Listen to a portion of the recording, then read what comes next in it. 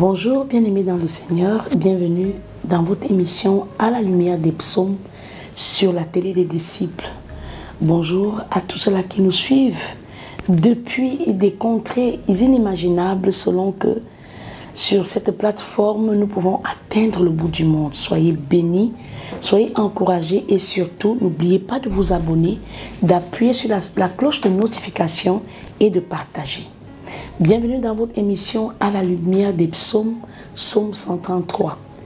Les exégètes et les biblistes sont toujours en contradiction avec ces deux versets. Les analyses fusent de toutes parts selon que dans l'Ancien Testament et dans le Nouveau Testament, il y a comme une contradiction de ces deux versets et pourtant, il y a tout simplement que l'un en annonce un autre. Lorsque l'on regarde la lumière du psaume 133, on est forcé de noter deux versets bibliques qui expliquent la communion fraternelle, qui expliquent l'excellence même de la religion, c'est-à-dire au-delà des dons du ministère, au-delà de tout ce que nous pouvons imaginer pour accomplir le sacerdoce royal, il y a un mystère plus excellent. Lorsque l'on parle de l'huile qui descend sur la barbe d'Aaron et qui mouille ses vêtements, on parle de la capacité pour les enfants de Dieu de demeurer ensemble, car c'est là que Dieu déverse sa bénédiction. Il dit, il est doux et agréable pour des frères et des sœurs de demeurer ensemble. Maintenant, lorsque l'on regarde cette partie de l'Ancien Testament et que l'on essaye de mettre en comparaison les deux versets avec la montagne de la transfiguration, il en ressort que le mont Hermon et le mont de Tsobar sont exactement les deux montagnes de l'Éternel. C'est-à-dire le mont de Hermon, qui est dans l'Ancien Testament la montagne de l'Éternel. Pourquoi est-ce que l'on annonce le mont de Tsobar comme la montagne de l'Éternel? C'est tout simplement parce que c'est à ce lieu-là qu'il y aura la transfiguration. Jésus étant l'Éternel, c'est à ce lieu qu'il va sceller la rédemption. Parce que ce que beaucoup n'ont pas compris, c'est que quelque chose qui n'existe pas encore spirituellement ne peut pas être affermi physiquement. Donc la prédiction du Saint-Esprit en déversant l'huile sur Aaron, Jésus voulait dire qu'au-delà du corps, au-delà du service, au-delà de la manifestation de tous les dons, il y a un chemin plus excellent que la charité. La charité, c'est cette gloire dans l'unité du corps de Christ qui doit former une stature, un édifice royal fort et puissant. Tu peux servir Dieu en tant qu'apôtre. Tu peux servir Dieu dans l'excellence du ministère prophétique. Tu peux servir Dieu dans tous les dons du ministère.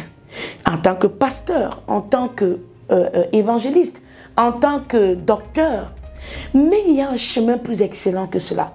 C'est ce que l'apôtre Paul nous explique très clairement dans le livre de Corinthiens. Et il dit, et Dieu a établi dans l'Église, premièrement des apôtres, secondement des prophètes, troisièmement des docteurs, ensuite ceux qui ont le don des miracles, puis ceux qui ont les dons de guérir, de secourir, de gouverner, de parler de diverses langues. J'espère que si tu ne t'es pas reconnu dans le don apostolique, tu ne t'es pas reconnu dans le don prophétique, sache qu'il y a encore d'autres dons, comme celui de gouverner, comme celui de parler d'autres langues, comme celui d'opérer des miracles.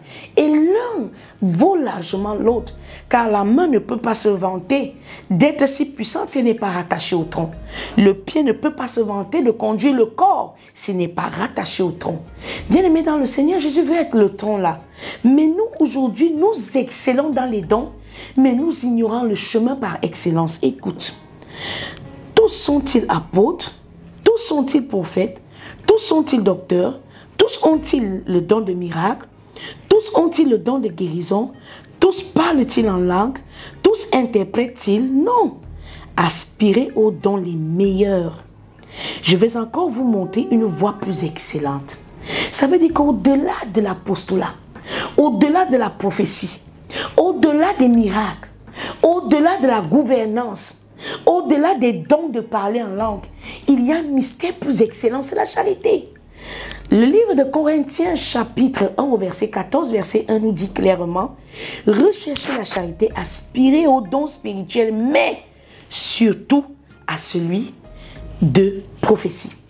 Dieu veut que tu comprennes en effet que celui qui parle en langue ne parle pas aux hommes, mais à Dieu. Car personne ne le comprend. Et c'est un esprit qu'il dit des mystères, c'est un esprit. Dieu veut que tu comprennes que tu peux être un excellent parleur en langue. Mais tu as besoin de la communauté. Tu peux être encore celui qui prophétise, au contraire, parle aux hommes, les édifie, les exhorte, les console.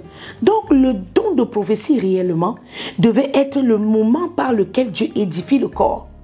Le prophète, lui, il parle aux hommes, il doit les édifier, il doit les exhorter et les consoler. Donc l'autel du prophète, ce n'est pas seulement celui de dire ceci s'était passé dans tel village et puis c'était passé. Tu dois pouvoir édifier, oui, je suis d'accord, mais tu dois aussi enseigner la parole. Tu dois exhorter. Bien plus que là, cela, tu dois consoler les cœurs. Puisque le don de prophétie, en fait, c'est la capacité pour un homme de porter l'esprit. Mais si tu t'isoles, si tu veux seulement réussir seul, si tu veux seulement être accompli seul, comment est-ce que l'on verra ta charité? Oh, la charité elle-même, elle est le caractère des témoins. Jésus est celui que nous témoignons. Nous portons de Christ cette valeur. Alors je veux que tu comprennes à l'image de ce psaume. Aujourd'hui peut-être tu es un homme qui excelle dans un don, mais Dieu a un chemin plus excellent. C'est celui de la charité. Celui de l'huile qui coule sur la tête de Aaron et qui mouille ses vêtements.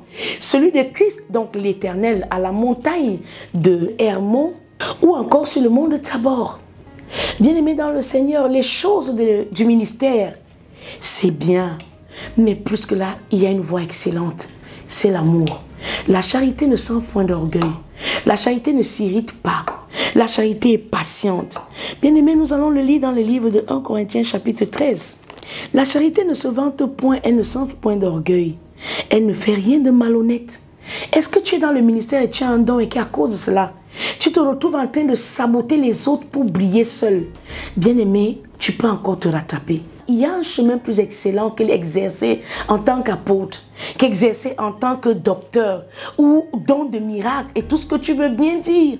Il y a le chemin excellent de la charité, l'amour, la communion fraternelle, l'huile qui descend sur la barbe d'Aaron et qui mouille ses vêtements. Cette même huile de l'amour que Jésus a manifestée en donnant sa vie en sacrifice sur la montagne de Hermon qui devient plus tard Tabor, ou alors le mont de la transfiguration. Elle ne fait rien de malhonnête, elle ne cherche point son intérêt, elle ne s'irrite point, elle ne soupçonne pas. Ah, c'est sûr qu'ils veulent déjà contrecarrer, ils veulent déjà prendre mes brebis.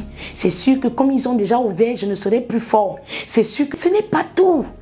Il n'y a pas que ça. Il y a le chemin excellent de la charité. Elle ne se réjouit point de l'injustice, mais elle se réjouit de la vérité. Est-ce que Christ est glorifié dans ce que les autres font? Alors acclame le ministère.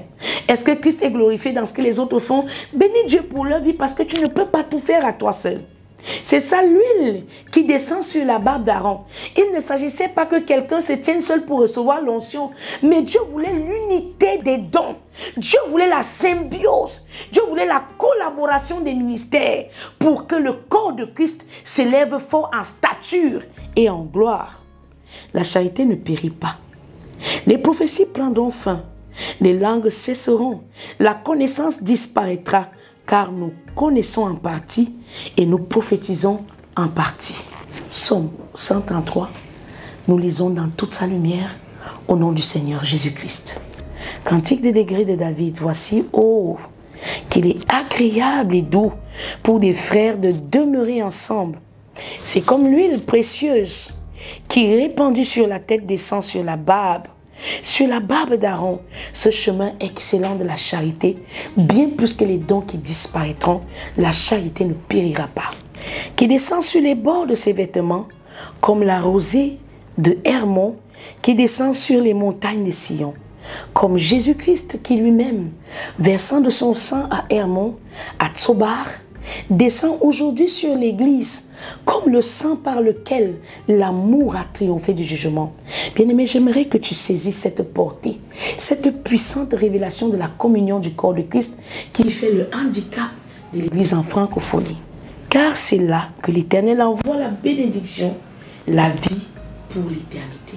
Il se pourrait que l'unification des corps dans la francophonie, dans mon pays, donnera la puissance à l'Église et peut-être nous siégerons au Sénat pour une meilleure vie, une vie en abondance pour nos nations. Que Dieu vous bénisse et qu'il vous restaure dans la compréhension de la charité. Au nom puissant du Seigneur Jésus-Christ, c'était Christine Mireille Moncam pour LTDE, les temples de l'Éternel.